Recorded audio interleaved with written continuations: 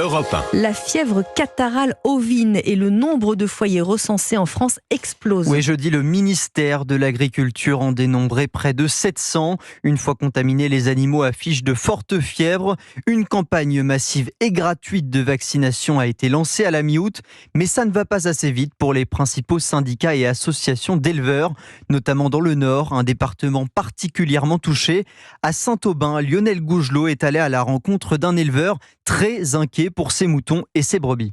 Dans l'étable de ces moutons dont François Marand nous ouvre la porte, une vingtaine de bêtes allongées, visiblement affaiblies, et pourtant, comme les 250 moutons de son cheptel, elles ont toutes été vaccinées la semaine dernière. On voit ces animaux qui sont anormalement calmes, qui bavent, qui se lèvent moins, les oreilles tombantes. On n'aime pas voir nos animaux comme ça. On les élève pas pour les voir dans cet état-là.